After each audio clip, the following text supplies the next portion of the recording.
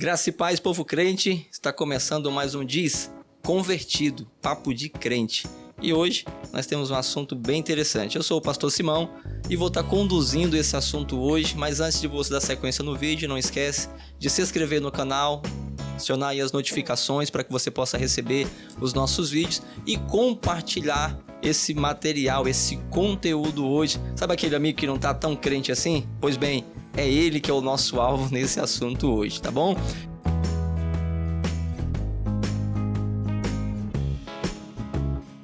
Quero apresentar agora as ilustres irmãs que estão conosco, nossa querida Carol Janone. A paz, pessoal. Nossa Laís. A paz, pessoal. E a Maria Eduarda. A paz. Sejam muito bem-vindas ao nosso Desconvertido, tá bom? Hoje a gente vai tratar um assunto bem interessante. Percebemos que por conta do fechamento da igreja, da pandemia, muitas pessoas se afastaram, deixaram de frequentar os cultos ou até mesmo de servir ao Senhor. Será que isso é normal? Será que aconteceu alguma coisa? E aí, vocês também já pensaram em desviar alguma vez da igreja? Já. Sim. E no meu caso, não só pensei como fiz, infelizmente. E eu acredito que a questão das igrejas fecharem foi apenas um pretexto que muitas pessoas precisavam para fazer algo que elas já estavam fazendo, mas ali dentro da igreja mesmo. Porque no meu caso, na minha adolescência, em nenhum momento eu saí da igreja, de fato. Mas eu vivia uma vida afastada do Senhor dentro da igreja. E fazendo coisas e tendo atitudes de uma pessoa que está afastada, mas eu estava ali dentro. Então, o que aconteceu no caso das igrejas fecharem, na minha opinião, foi um pretexto que muitos jovens, inclusive muitos adultos também, precisavam para se afastar do Senhor. E a partir do momento que eles saíram, tinha essa facilidade de não voltar. E aí a questão do culto online, eu estou na minha casa, eu vou cultuando aqui. E a gente sabe que quanto mais a gente se afasta, mais difícil fica de voltar e mais naturais as coisas vão ficando. Então a gente vai se envolvendo com o pecado e vai achando que tudo bem. A sua criação, Laís, foi uma criação cristã desde a sua... Sim, desde que eu nasci, os meus pais estavam na igreja, eu fui criada de uma maneira que, na minha opinião, era até muito rígida. Então, na minha casa, eu não tinha a opção de não ir para a igreja. Eu sempre fui criada indo aos domingos, meu pai dava seminário aos sábados, eu ia também. E eu costumo falar que hoje em dia a gente ficou meio preguiçoso, porque quando eu era criança, eu ia pra igreja domingo de manhã, pra escola dominical, tinha ensaio do louvor, ensaio dos jovens, ensaio dos adolescentes, voltava pra casa, tomava um banho e já voltava pra igreja. Então a minha infância inteira foi na igreja, conhecendo os caminhos do Senhor. E conforme eu fui crescendo e eu fui tendo acesso a outras coisas e outras amizades e fui conhecendo outras coisas, eu tentava negar aquilo que eu era. E, inclusive, eu até falei em uma ministração faz pouco tempo, na questão da hipocrisia, que foi uma coisa que mexeu muito comigo quando eu fui atrás do sentido dessa palavra. Porque a gente usa muito a palavra hipócrita para falar de alguém que vive fazendo coisas erradas, a pessoa é uma pessoa má, e essa pessoa finge ter atitudes boas, então é uma pessoa hipócrita. E eu estava fazendo um devocional há uns dias atrás e veio uma reflexão sobre isso.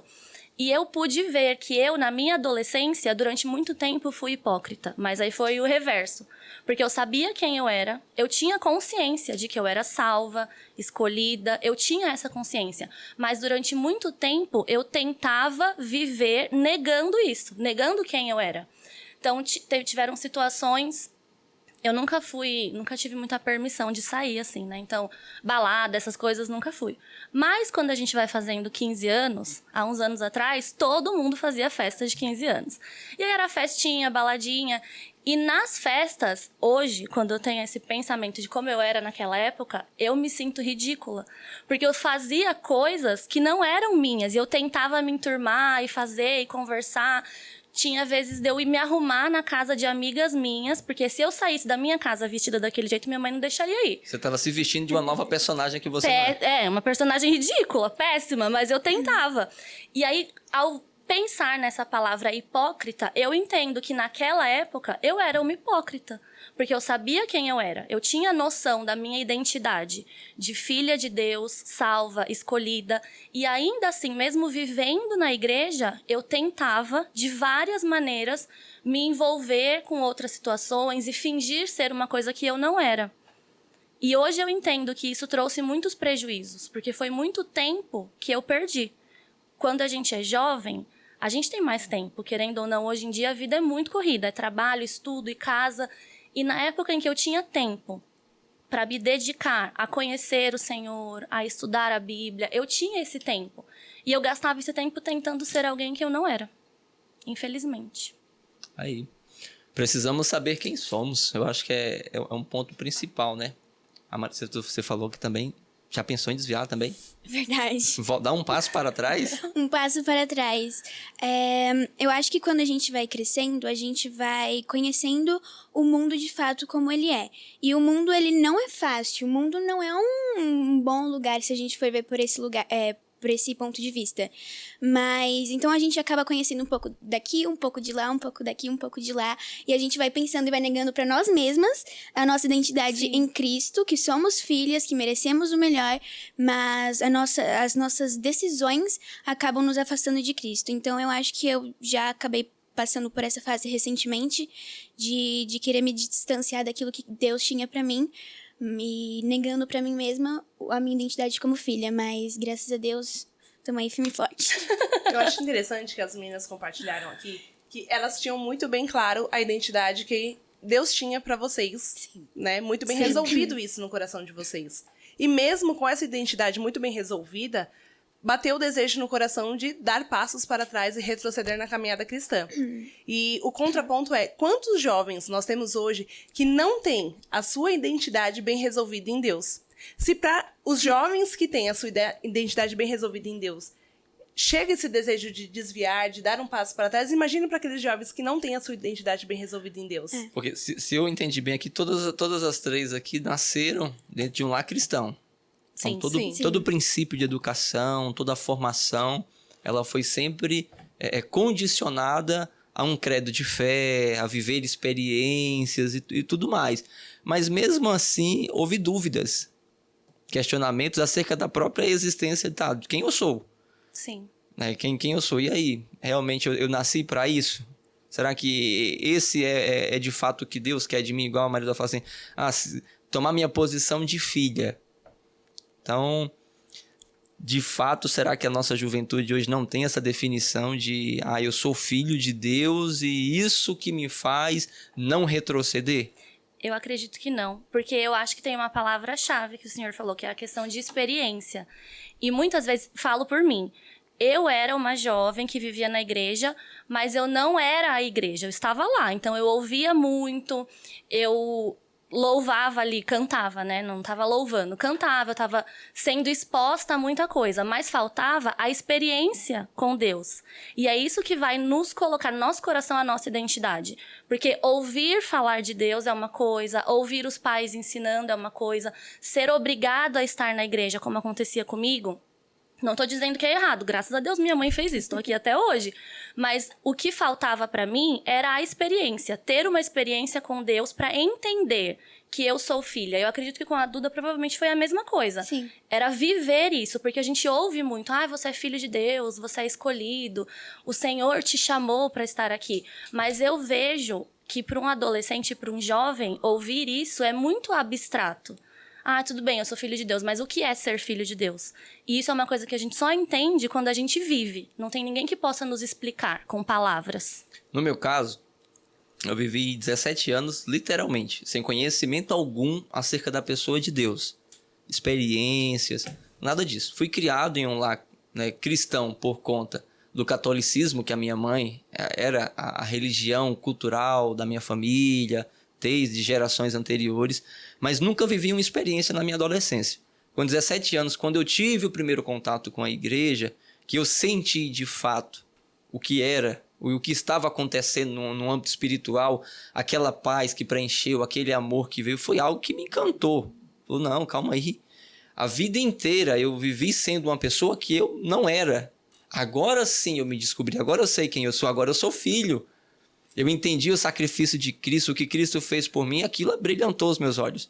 Esse ano eu faço 21 anos que eu estou na igreja, desde que comecei a servir ao Senhor, e Ele me chamou para poder servir Ele. Mas assim, nunca veio na minha mente o fato de eu me distanciar, me afastar. Tipo, dar um passo para trás, retroceder. Sempre fui constante. Vivi as minhas crises como todo jovem. Vai ser natural viver as crises.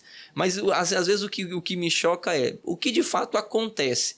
Esse desvio, esse retroceder, ele é instantâneo, ele é progressivo. Não posso usar progressivo porque a pessoa não está progredindo, ela está regredindo na sua caminhada com Deus. No caso, a Laís falou que ela chegou a ficar um tempo afastada da igreja. Mas quando que você percebeu, opa, tô longe? Tô fora do meu lugar. Eu só percebi quando eu voltei. Que aí eu percebi, olha, esse é o lugar que eu tinha que estar. Porque eu não acho que é instantâneo, não acho que é de uma hora pra outra você tá fora. São pequenas atitudes São coisas que você vai experimentando. Sim, aos poucos. E concessões que você vai fazendo. Então, hoje eu fiz uma coisinha aqui, mas tudo bem, não tem nada a ver. Aí, amanhã eu faço essa e uma outra.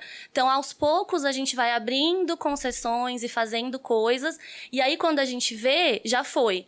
Então, não é uma coisa que acontece de uma hora pra outra.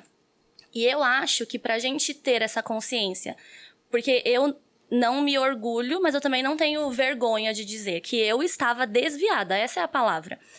Eu tentava me enganar com o que muita gente diz hoje em dia, não preciso estar na igreja, não preciso ir à igreja. A igreja sou eu. Mas eu não estava sendo igreja, porque eu vivia fazendo tudo que não presta, mesmo assim. Então, a situação... Eu até cheguei a falar no acampamento de jovens há um tempo atrás algumas coisas, porque é uma história bem longa. Mas eu só tive a noção da situação que eu estava quando eu voltei para os caminhos do Senhor. Porque aí eu consegui ver, ó, aqui é o meu lugar. E eu tentei viver me enganando durante muito tempo, achando que estava tudo bem. Porque é um processo que, se a gente não fica muito atento, a gente não percebe que está acontecendo. Só veio perceber que era uma filha pródiga depois que já estava em casa. Depois que tinha voltado para casa. Já estava na festa, já. Exatamente. Aí, tipo, essa festa é para quem? Não, é para você que voltou. Que voltou. E eu nem sabia que eu tinha saído. Foi mais ou menos isso. E é muito difícil de ver e de pensar nisso, porque o sentimento que eu tinha enquanto eu estava longe era um sentimento muito ruim. Fazia falta, tá? Muita. Mas eu não tinha força de voltar. Eu sentia muita falta. Tanto que durante a semana, eu passava a semana inteira falando, domingo eu vou pra igreja. Era falta de quê? Falta de ouvir a voz de Deus, de sentir a presença de Deus. Porque eu podia ouvir os louvores que fossem, eu podia tentar orar quantas horas fossem. Eu sabia que a vida que eu vivia não permitia que eu tivesse um relacionamento com Deus. Eu tinha essa consciência. E a falta que eu sentia era a falta de estar na presença de Deus. De quando a gente faz aquela oração e aquele louvor e a gente sente que Deus está ouvindo. Era esse sentimento que me fazia falta. Vocês duas que nunca desviaram. Em algum momento, vocês já se sentiram estar longe, mesmo estando presente na casa? Ah, com certeza. Sim. Com certeza. Porque, que nem a Laís compartilhou, a gente cresceu, que nem usa o termo, num berço evangélico. Sim. E mesmo assim, o desejo de retroceder, ele bate no coração. Diferente do seu caso que você compartilhou. Você não cresceu num berço evangélico, mas quando você conheceu a verdade do evangelho, não veio esse desejo. E eu acho que esse desejo bate no nosso coração, porque, infelizmente, quando nós somos jovens e somos criados no berço evangélico, a gente tem uma ilusão de que a gente tem que conhecer o outro lado da moeda. A gente tem essa falsa ilusão de, não, mas eu nunca conheci. A curiosidade de conhecer o pecado. Curiosidade, é isso. É justamente isso. E como você... Olhar pro outro lado do muro, vocês são curiosas. E né? achar que é sempre mais bonito, quem tá lá fora é A mais grama feliz. será que é sempre mais verde, a vida né? deles é mais legal. Isso, Sim. justamente isso. E por mais que, às vezes, nós estamos já na igreja desde quando nós nascemos, é aquilo que a gente sempre fala, a gente se envolve muito com a obra e esquece de se envolver com o dono da obra. Sim. Ah, mas, Carol, o jovem se envolve muito com a obra? Sim, o jovem é atuante no ministério que ele pertence, ele frequenta todos os cultos da semana, e ele vai se envolvendo com a rotina de estar na igreja e esquece de se envolver com o seu relacionamento íntimo e profundo com Deus. Sim. Porque vivemos muito uma vida de bater cartão na igreja e esquecemos de dobrar os joelhos e bater um cartão no tete-a-tete com Deus. Não, mas a gente tem que entender assim. Na minha época, parece que foi longe, né? Não foi longe. Foi logo pouco ali. tempo atrás. Logo ali, na minha adolescência, dos Sei. meus 17 para 18 anos. A gente vivia uma intensidade na igreja muito intensa. Era uma intensidade porque a gente estava todos os dias, a gente orava, a gente se entregava. E hoje a gente percebe assim que, opa, calma aí. Essa geração, ela se envolve mais De forma light. parcialmente esse envolvimento. Será que é uma visão minha? É de uma forma... O desvio é você mudando a rota. Então, às vezes, você sabe o caminho da igreja, mas você não sabe o caminho de Cristo, que é o único caminho, verdade e a vida que vai te levar ao Pai. Então, às vezes, a gente confunde os dois. Você tá na igreja, você sabe o caminho da igreja, igual a Laís. Tinha vontade de ir pra igreja, sabia o que tinha na igreja, conhecia a palavra, mas não conhecia Cristo. Não teve aquele toque que Exatamente. faltava da experiência. Então, eu acho que isso é o que acontece hoje em dia. Então, vocês estão dizendo que o grande risco hoje de retroceder é quando não há essa experiência, é quando não há essa entrega, ou seja, é um paliativo. A vida espiritual ela é paliativa. Então, é porque eu frequento, eu tô lá, eu curto os louvores, eu até sinto alguns arrepios quando eu vou, até choro. Simpatizante, né? Isso, eu acho que falta o motivo certo pra estar fazendo isso. A pessoa vem e faz, às vezes porque tem muitos amigos aqui, às vezes porque foi gosta do que ensinada faz. isso, né? Às vezes tem medo de não estar, porque eu não sei se com vocês foi a mesma coisa, mas o que era muito ensinado na minha época era servir a Deus por medo, porque se você não servir, você vai pro Isso. inferno.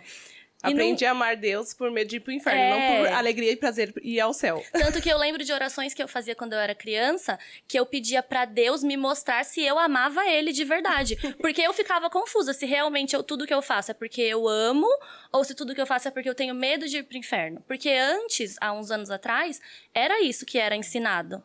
Então eu acho que o que falta é isso. O que faz, às vezes, os jovens retrocederem é porque não tem a noção do porquê estão ali.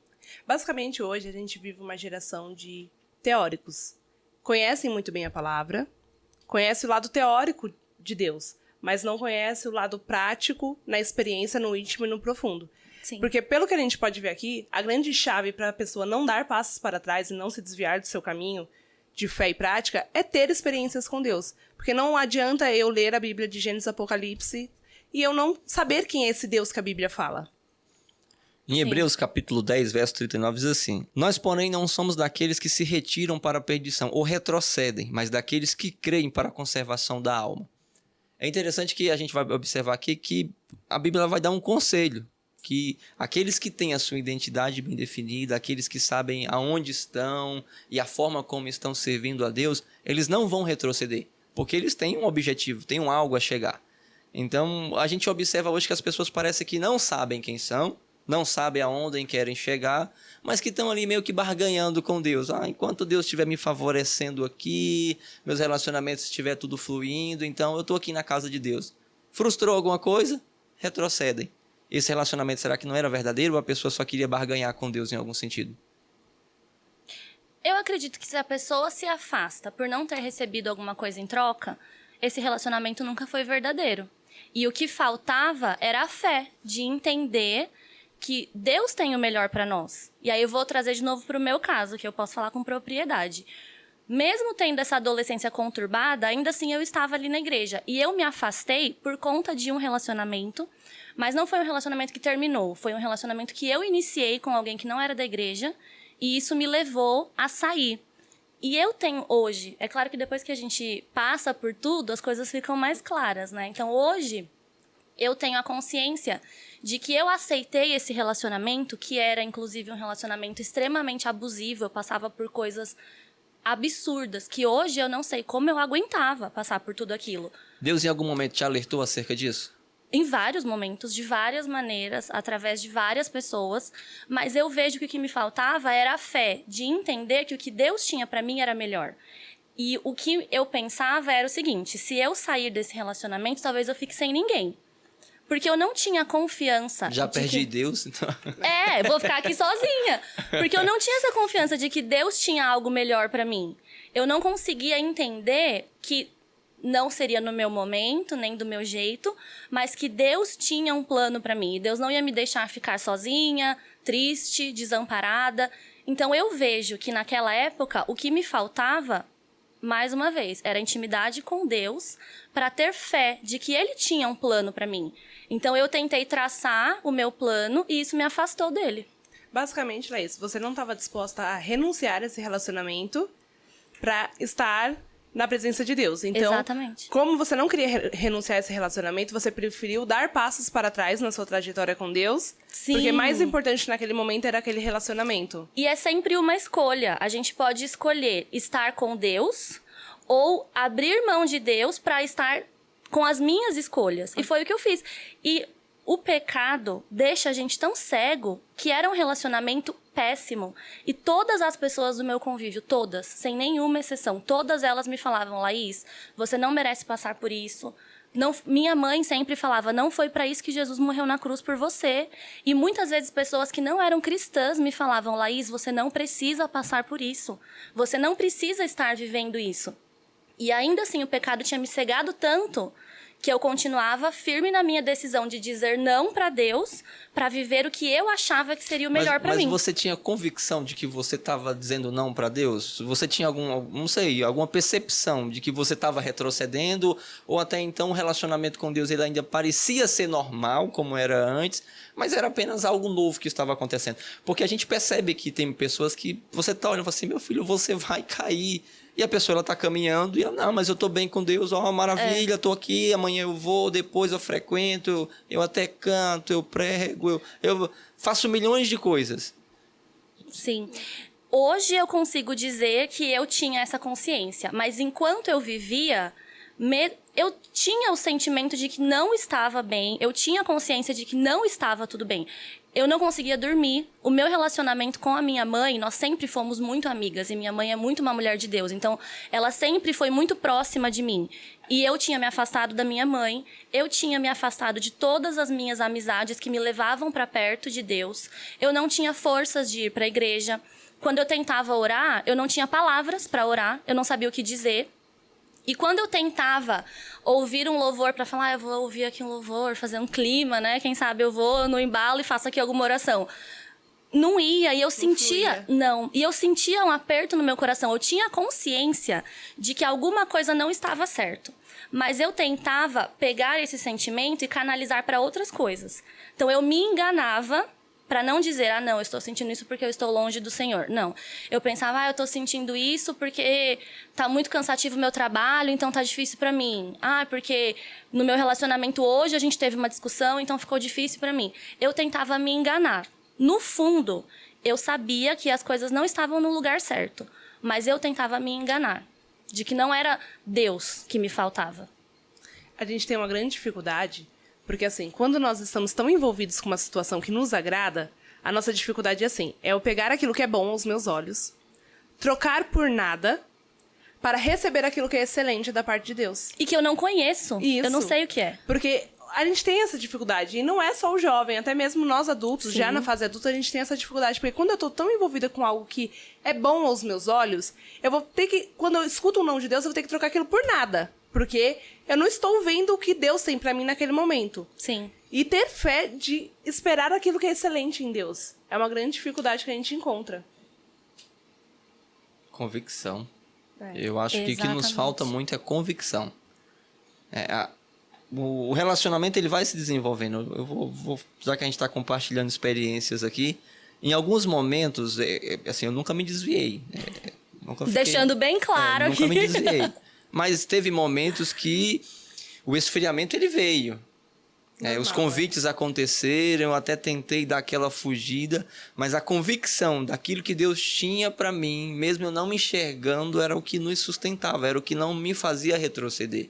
Sim. Então a gente percebe que há uma certa falta de convicção naqueles que retrocedem, porque eu vi que vocês falam assim: trocar aquilo que eu não... trocar o nada por o que eu tenho por nada. Mas Deus tem sempre mais a oferecer do que aquilo que eu imagino que tenho. É algo que vai além. Então, hoje, se alguém para você e fala assim: Laís, me dá toques para que eu possa saber se de fato estou retrocedendo ou não. o que você diria? Olha, toma cuidado com isso. Quando isso estiver acontecendo é porque Sinais, você está... né? É sinais. Será que hoje existem esses sinais que mostram que a gente está retrocedendo? Eu acredito que sim. Eu acho que quando você começa a achar que tudo não tem nada a ver, que é uma fala muito comum. Ah, não tem problema fazer isso aqui porque não tem nada a ver. Vou pra balada hoje, domingo eu vou pro culto. E não tem sabe nada o que, a ver. que eu pensava nessas festinhas de 15 anos? Eu sabia que ali não era o meu ambiente, eu sabia que eu não deveria estar ali. Mas eu pensava assim, eu sei qual é o meu limite, então eu vou, mas eu não vou fazer nada de errado, porque eu só vou estar ali no meio. É o, eu não vou... é o crente Sansão, vou arriscando, né? Eu vou até, sabe, eu vou ali e tudo bem. Aí depois eu pensava, não, eu vou pegar uma saia emprestada de uma amiga minha, mas não tem nada a ver. Porque a roupa que eu tô vestindo não importa, Deus vê meu coração. Então, a gente vai abrindo concessões das coisas e falando, é só um pouquinho, não tem nada a ver. É só um pouquinho, não tem nada a ver. E isso é um sinal que vai nos levando a entender que uma hora essas várias coisinhas que não tem nada a ver viram um problemão que a gente já não se vê mais... Não vê mais uma solução, não tem mais como sair. E a gente até fala, né, Si, que toda vez que vai se usar a frase não tem nada a ver e não pega nada, é porque tem alguma coisa de errado aí. Pega sim. Tem a mão do, tem a mão do inimigo aí. A gente até brinca. Quem muito fala nada a ver também não vai ver Jesus no céu, não. Mas é isso mesmo. Nada a ver. É. Não pega nada e não tem nada a ver. Mas pode ter certeza que a mão do inimigo está ali trabalhando para poder nos fazer retroceder. E são sempre com coisas muito pequenas. Às vezes a gente fica esperando que vai vir uma tentação muito grande, uma coisa que eu vou conseguir falar não. E não é assim. São coisinhas muito pequenas. Muito Então, a gente pode então dizer assim, que os sinais seriam, quando eu parar de orar, é um sinal. Sim. Quando eu parar de ler a Bíblia, tem que ligar o alerta. Quando eu não quiser mais ir à igreja, porque a igreja, por mais que você olhe assim, mas o frequentar a igreja, ele traz para nós um senso de despertamento acerca da busca por Deus. Então, a falta de oração, a falta de leitura, a falta de estar presente, de desejar ir à igreja, de se sentir bem ir à igreja. E aproveitando esse ensejo, eu quero compartilhar com você que está assistindo o curso de Psicologia Pastoral da FAB, tá bom? Você que gosta de estudar, que quer se aprofundar mais acerca desse assunto, não perca essa oportunidade. Esse mês de março vai estar iniciando o curso de Psicologia Pastoral. Ligue na FAB, faça sua matrícula, estude um pouquinho para que você possa identificar mais sinais que nos levam a retroceder, tá bom? Então é isso. Vamos caminhar aqui para os nossos finalmente, tá bom? Então, descobri já que vocês já pensaram em desviar, em retroceder. Olha só, nunca imaginei. Nunca imaginei que vocês já pensaram em desviar. Vocês queriam ir para alguma festa, era isso? Não exatamente. Sua mãe vai assistir. Tu queria ir pra onde, Maria? Melhor ficar calada aqui. Então vamos fazer o seguinte, deixa eu mudar a pergunta. Em pleno século que nós estamos vivendo, em plena fase mundial, o que levaria um jovem, o que seria tão atraente para que um jovem retrocedesse e desse um passo para trás? Carol.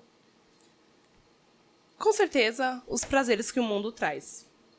Eu acho que quando a gente fala de evangelho, a gente fala de renúncia. E falar de renúncia em pleno século que nós vivemos é falar de coisas antiquadas, é falar de colocar dentro de uma forma. E o mundo hoje prega que nós não devemos estar em uma forma, que cada um deve ser livre, que todos devem agir e fazer aquilo que bem querem. Sim. E essa leveza que o mundo aparentemente traz aos jovens encanta o olhar deles. Porque o jovem ele não quer ser pressionado, ele não quer ser confrontado, ele não quer que tenha o seu líder de departamento ali dizendo, ele não quer que tenha o seu pastor instruindo ele. Não, ele quer ser guiado. Porque o que todo jovem quer? Ser livre. Não, todo jovem, o que ele sonha? Ele sonha que quando ele fizer a maioridade, quando ele tiver nos seus 25 anos, ele estará no seu apartamento próprio, morando só.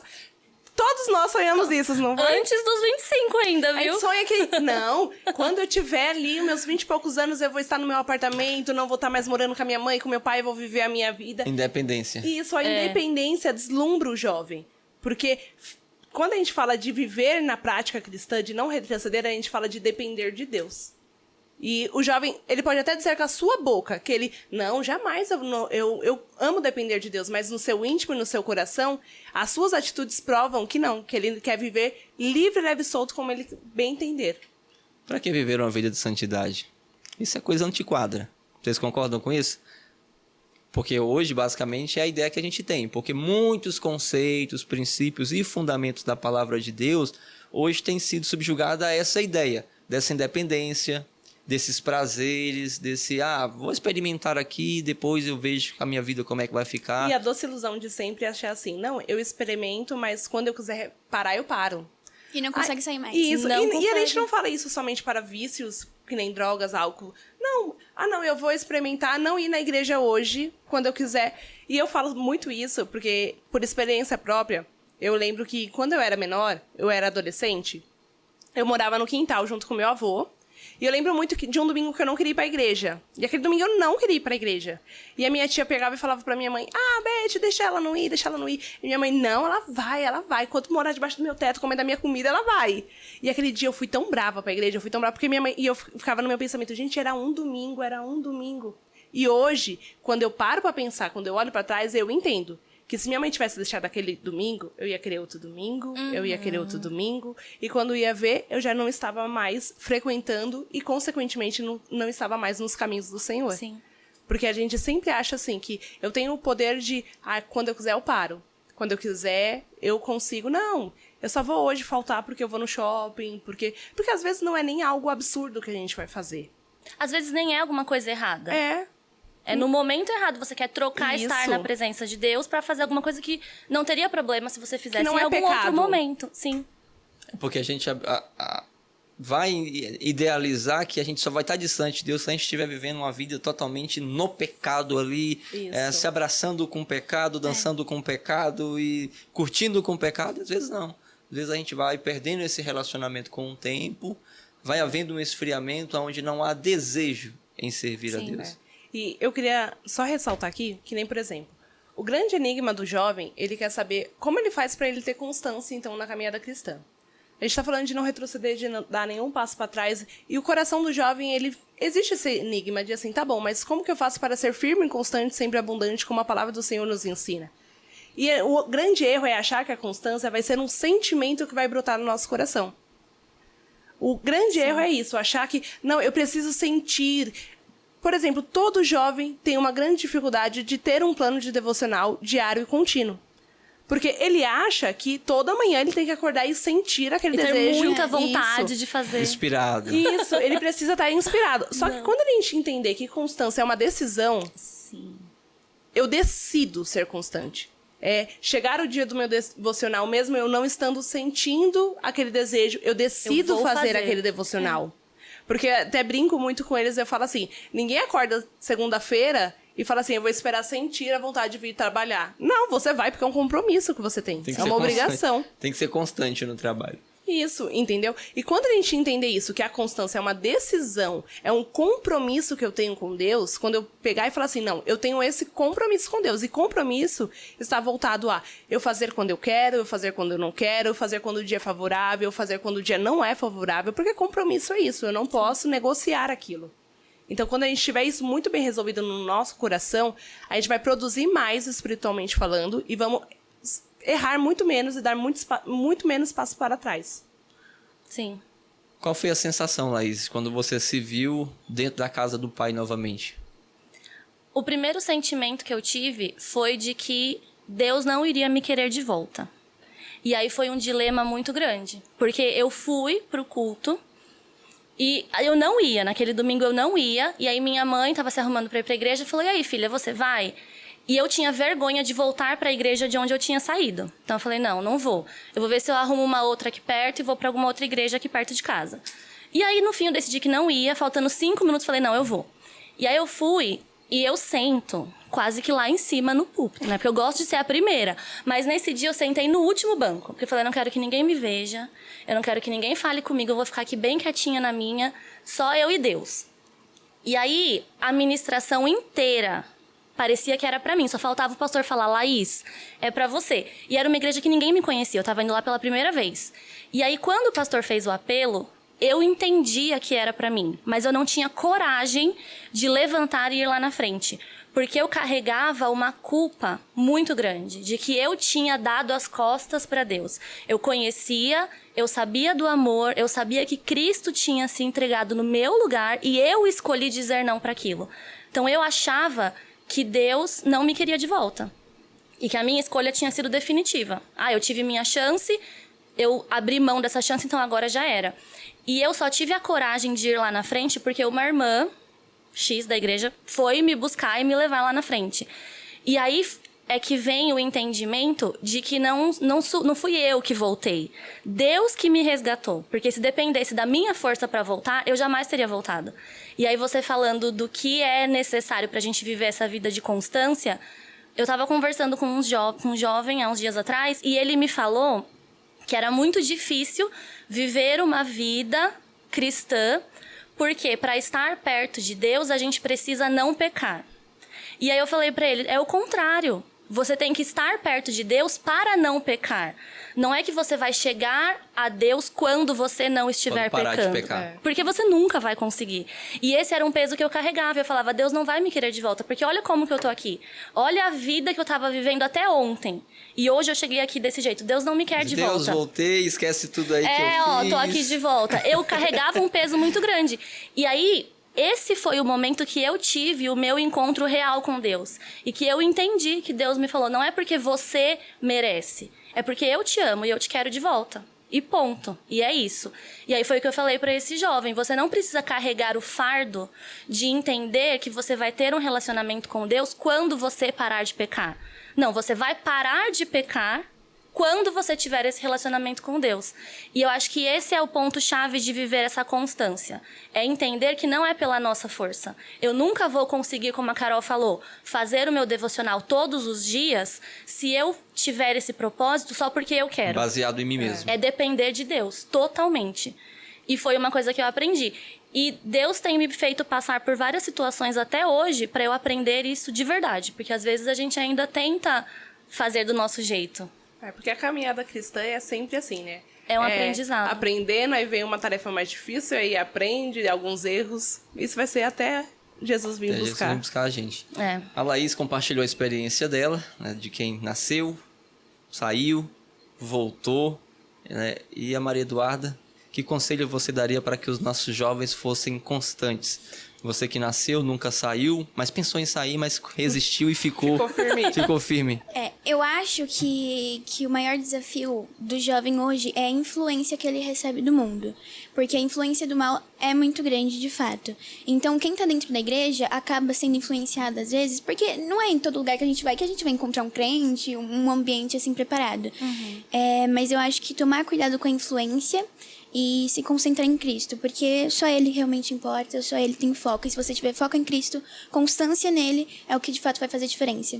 Verdade. Com O certeza. meu alvo é Cristo. E aproveitando o gancho da fala da Duda, a gente fala muito sobre absorver a influência, a gente sempre pensa assim na influência física de pessoas que estão ao nosso derredor.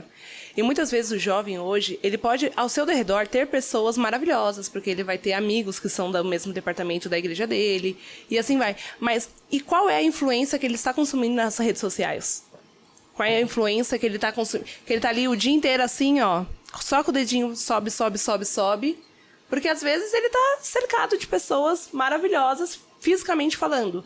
Mas na sua aba virtual, ele tá só consumindo coisas que o afasta de Cristo. E é incrível como o Instagram, que eu sou antiga, né? Então eu não uso nada dessas coisas novas, eu só tenho Instagram e Facebook. Então eu sei falar do Instagram. É incrível como o Instagram tem, eu não sei qual é o termo que fala, algoritmo, sei lá, que coloca pra gente ver só o que não presta. Não importa quantas páginas edificantes você siga. Se você vai naquela lupinha, aparece cada coisa absurda que a gente fala, gente, de onde apareceu isso pra mim? Que é a influência, como a Duda falou, o mundo. Não precisa ser uma pessoa específica. O mundo tenta nos influenciar. O mundo conspira, né? Pra poder... Sim, a consumir esses conteúdos.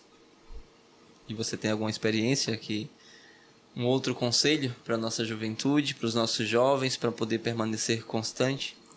Não, o meu conselho para os jovens de hoje, para permanecer constante, é: ouça seus pais, ouça sua liderança cristã. Por mais que o mundo vai bater na sua porta e dizer assim, não, ouça o conselho dos seus amigos, ouça aquilo que o influenciador que tem não sei quantos milhões de seguidores diz.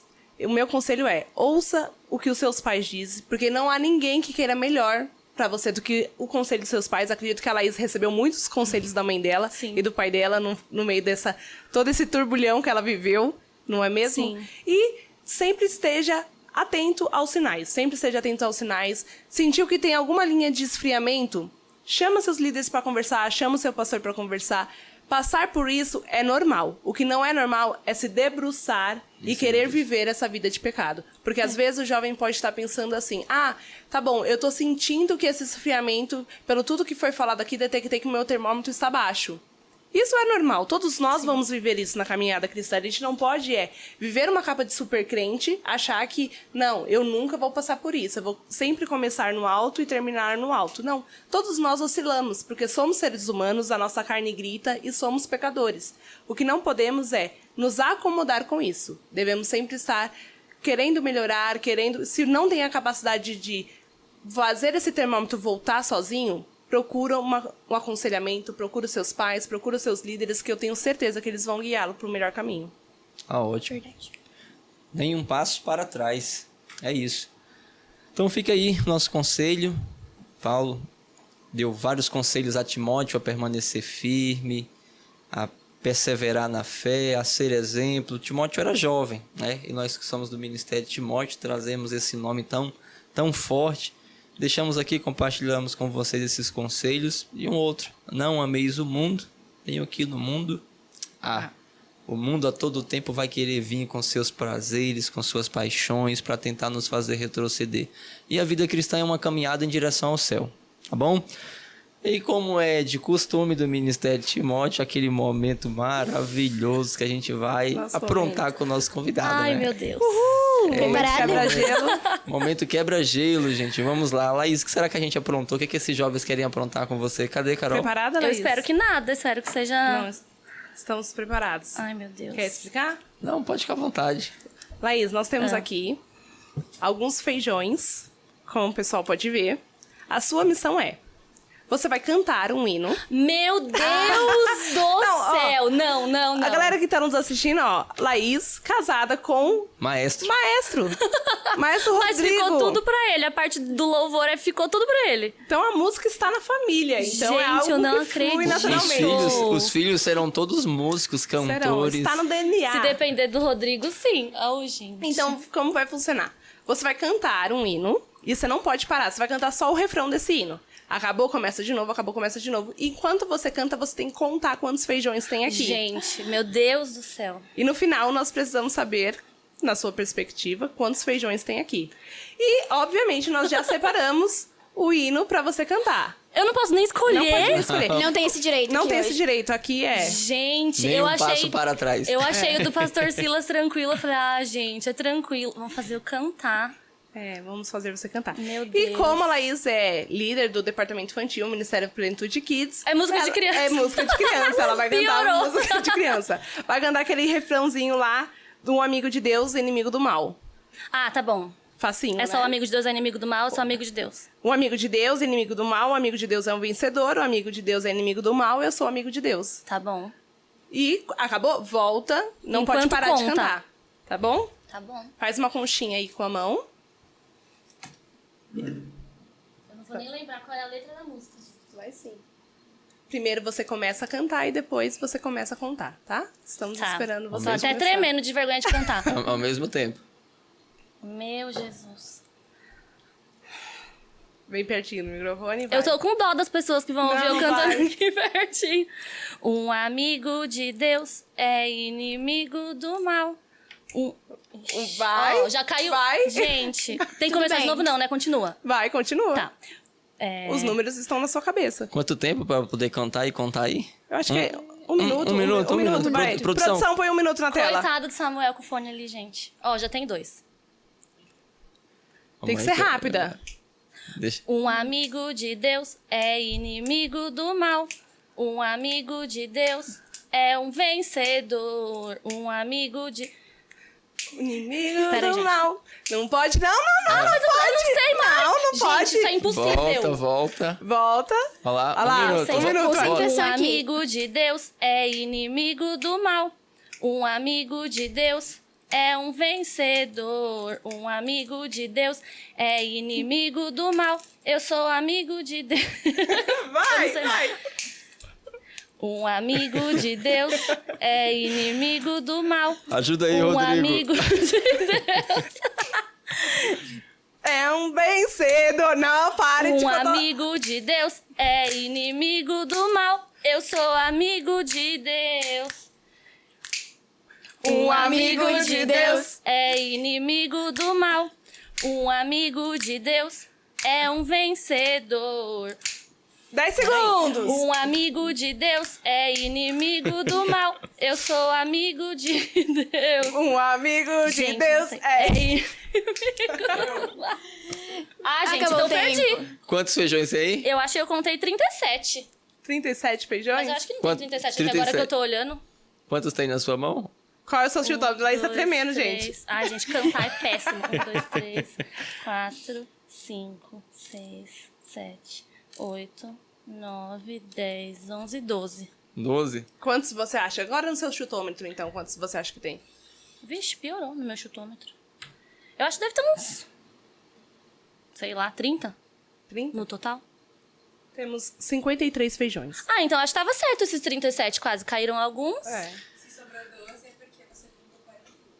Mas caíram alguns aqui. Vamos lá, moral de tudo isso. Gente, a Laís canta muito mal. Essa é a moral. E ela é amiga de Deus. Ela é amigo do- seu, Inimigo do mal e um mal. vencedor. A grande questão é como não dá para nós focarmos ao mesmo tempo em duas coisas. Ou servimos a Deus ou servimos ao mundo. Não dá para cantar para Deus e contar feijões. Comigo já não daria nem só pra cantar, nem sem feijão daria. Então, fica aí esse quebra-gelo, essa mensagem, tá? Para sermos constantes, para não darmos nenhum passo para trás, temos que ter um relacionamento único com Deus. Temos que estar focado, como a Maria Eduarda falou, ter Cristo como nosso alvo, tá bom? Agradecimentos finais. Obrigada a todos. Compartilhe esse vídeo. É um prazer sempre estar aqui. Laís, muito obrigada por se dispor a cantar aqui pro Não, Ministério Timóteo. Por ser A gente obrigada. amou. Com Falando, foi certeza. maravilhoso. Gente, ainda bem A que vai nossa ficar pro audiência, final. nossa audiência até Vai subiu, aumentar, vai aumentar. aumentar. nossa Vai, audiência. Gente, coitado das pessoas. Eu agradeço muito o convite. Foi muito bom e é muito edificante para nós também, que é importante a gente sempre relembrar, né, de onde a gente veio, de onde o Senhor nos tirou. Então, eu agradeço muito o convite. Parabéns a vocês pelo projeto. O trabalho tem sido muito bom e eu tenho certeza que vai ser cada vez melhor. E muitos jovens vão ser alcançados com certeza. Talvez se eu tivesse assistido um vídeo como esse, eu não tivesse passado por tudo que eu precisei passar. Então, é muito bom, de verdade. Glória a Deus. Amém. Obrigada pela oportunidade de eu estar aqui. Amo todos vocês. E é isso aí. Espero que tenha sido muito edificante para todos que estão assistindo. Que bom. Então fica aí o Desconvertido de hoje. Você que ainda não conhece o Ministério Timóteo, não conhece a nossa igreja, a Igreja Batista Plenitude de Deus, vai estar o endereço da igreja aí. Se você também quiser sugerir algum tema para a gente poder debater aqui ou indicar alguém para estar aqui conosco debatendo esse tema, deixa aí nos comentários, mande aí uma mensagem. Olha, convida alguém, o Samuca que está editando o vídeo, coloca ele aí Na linha de fogo. na linha de fogo Pra pra gente, cantar. pra cantar, pra tocar, fazer alguma coisa, tá bom? Muito obrigado, que Deus te abençoe.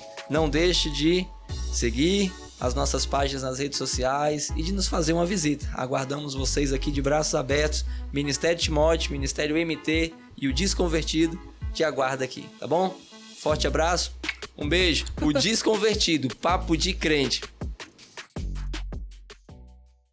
De Deus é inimigo do mal. Ajuda aí, Um Rodrigo. amigo de Deus. É um bem cedo, não pare de Um cantar. amigo de Deus é inimigo do mal. Eu sou amigo de Deus.